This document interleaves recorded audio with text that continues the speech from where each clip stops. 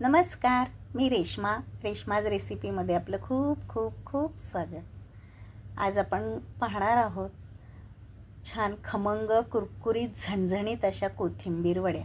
आता सध्या बाजारामध्ये कोथिंबीर भरपूर प्रमाणात येते, त्यामुळे कोथिंबीर वडे ती झालीच पाहिजे। पण आपल्याला करण्याचा कंटाळा, कारण पीठ मळावं लागतं, रोल करावा लागतो, वाफवावं लागतं। पण आता असं काहीही करण्याची गरज नाही। पीठ मळण्याचं टेन्शन नाही, वाफवण्याचं टेन्शन नाही, रोल करण्याचं टेन्शन नाही। चला तर मग अगदी सोप्या पद्धतीने त्याच चवीची कोथिंबीर वडी आज आपण बनवणार आहोत। चला तर मग सुरू करूयात। तर पहिल्यांदा मी घेतलेली आहे कोथिंबीर जुडी। तर ती छान अशी मी निवडून घेतलेली आहे। त्याची मी पानं घेतलीत फक्त आणि कोवळे कोवळे त्याचे देठ घेतलेले आहे। तर आपण काय करणार आहोत, आता ही एकदा मी 2-3 पाण्याने स्वच्छ खळखळ धुवून घेतली, कोरडी करून घेतलेली आहे।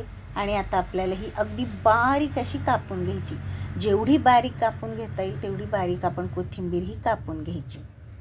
चला तर मग आता एकदा ही कोथिंबीर आपण छान अशी बारीक कापून घेऊयात, म्हणजे अगदी दाताखाली त्याच्या काड्या येणार नाहीत। अगदी मस्त अशी कोथिंबीर वडी आपल्याला लागेल। तर आता आपली कोथिंबीर बारीक चिरून झालेली आहे।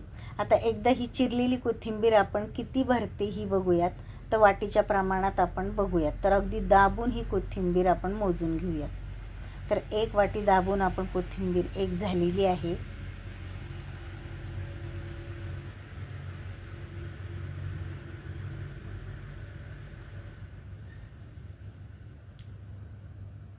आता बघा, दुसरी पण वाटी आपली दाबून गच्च अशी भरलेली आहे।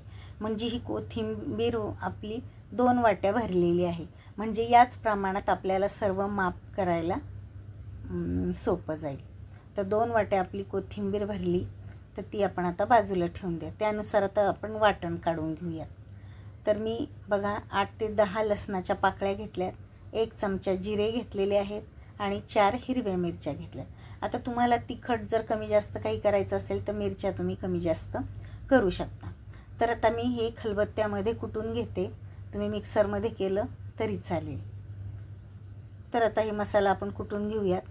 तर आता एका मोठ्या भांड्यामध्ये आपण पीठ घेऊयात। तर आता आपले 2 वाट्या आपण कोथिंबीर मोजलेली होती, तर त्याच्या निम्म म्हणजे 1 वाटी आपल्याला बेसन पीठ लागेल। त्यामध्ये आपण टाकणार आहोत थोडीशी हळद, थोडासा ओवा, तर ओवा मी हातावरती चोळून घेतलेला होता, आणि चवीपुरतं मीठ। आता हे आपण एकत्र करणार आहोत सगळं। तर बघा, ही पद्धत अगदी सोपी आहे, कुठेही हात भरवण्याचं काम नाही। आता थोडं थोडं करून आपण पाणी मिक्स करणार आहोत त्यामध्ये, म्हणजेच हे पीठ आपण मळून घेणार आहोत। तर भज्याचं पीठ जसं असतं त्यापेक्षाही आपल्याला पातळ हे पीठ मळून घ्यायचं आहे। तर मी 1 ग्लास पाणी घेतलेलं आहे। तर थोडं थोडं करून मी आता त्यात पाणी मिक्स करते। तर तुम्ही बघा आता त्याची कन्सिस्टन्सी बघा या पिठाची। तर आता आपण लगेच कढई ठेवली मी गॅसवर, एक स्टीलची जाडबुडाची। त्यामध्ये थोडंसं तेल टाकलं आहे, थोडे जिरे टाकले, थोडा हिंग टाकलेला आहे। आता हे थोडं मिक्स करून घेऊया। नंतर कुटलेलं वाटण आपण टाकणार आहोत त्यामध्ये, आणि चांगलं छान असं परतून घेणार आहोत, म्हणजेच मिरचीचा लसणाचा कच्चा वास निघून जाईल। आता हे चांगलं असं परतून झाल्यानंतर आपण त्यामध्ये टाकणार आहोत चिरलेली कोथिंबीर। आता धने पावडर टाकली मी पहिल्यांदा, आणि चिरलेली कोथिंबीर टाकायची। आता हे सगळं आपल्याला तेलामध्ये परतून घ्यायचं आहे।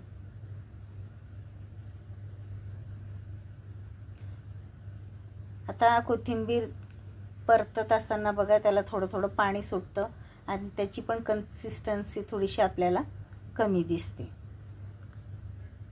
तर थोडं 1-2 मिनिटभर आपण ही कोथिंबीर त्यामध्ये परतून घ्यायची। नंतर आपण लाल तिखट त्यामध्ये टाकणार आहोत। ऑलरेडी आपण हिरव्या मिरच्या घातलेल्या आहेत, अगदी चवीला थोडंसं आपण लाल तिखट त्यामध्ये घातलं आहे। आता चांगलं परतून झालं की आपण त्यामध्ये टाकणार आहोत बेसन पीठ. आपण जे पाण्यामध्ये मिक्स केलेलं होतं ते बेसन पीठ त्यात टाकायचं आहे आणि चांगलं असं आता एकजीव करून हलवून घ्यायचं आहे. तर पूर्ण छान असा घट्ट गोळा होईपर्यंत आपण परतून घेणार आहोत. तर त्यात टाकतोय आपण थोडेसे तीळ. तर तिळाने कोथिंबीर वडी खूप छान लागते, त्यामुळे तीळ टाकायचेच त्याच्यात. आणि आता हा गोळा बघा एकदम घट्ट असा झाला आहे, म्हणजे छान असा हा शिजला गेलेला आहे. पीठसुद्धा आपलं त्यामध्ये, म्हणजे आपल्याला वाफवण्याची गरजच नाही आहे. तर आता आपण एका मोठ्या ताटाला बघा तेलानं ग्रीसिंग केलेलं आहे आणि आता हे जे मिश्रण आहे आपण ताटात काढून घेऊयात आणि उलटण्याच्या साहाय्याने छान असं पसरवून घेऊयात. तर हे गरम असल्यामुळे आपल्याला हाताने थापता येत नाही. तर प्लेन मी वाटी घेते आणि त्याच्या खालच्या बाजूने आपण सपाट असं छान पसरवून घेऊया. तर आपल्याला जसं जाड पातळ जशा हव्यात तसा पसरवायच्यात. तर बघा छान असं सरळ सपाट असं पसरवून घेतलं आणि त्यावर टाकणार आहोत तीळ. तर तीळ पण थोडेसे दाबून घ्यायचे त्या वाटीनेच, कारण तेलामध्ये मग सुटले जातात. आणि आपण आता हे थंड व्हायला ठेवून द्यायचं.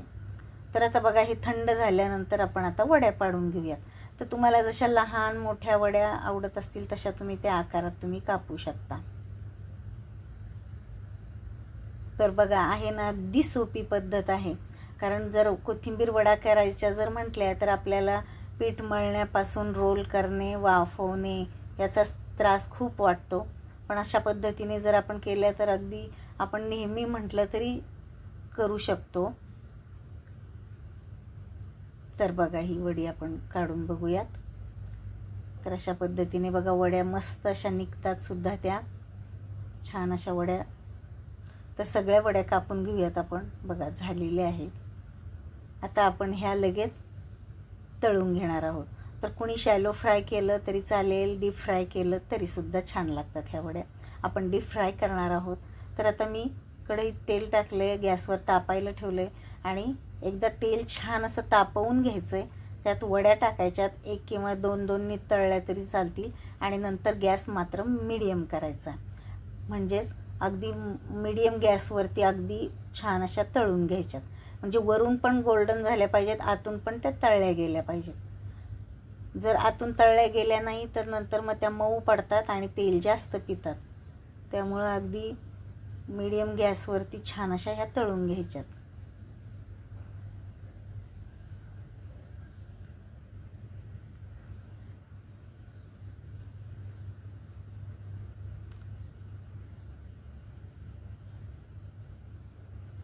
तर बघा अगदी कोथिंबीरीचा वास घमघमाट सुटलेला आहे. आपल्या ह्या वड्या पण तळून झाल्यात. आता असंच करून मी सगळ्या वड्या तळून घेते.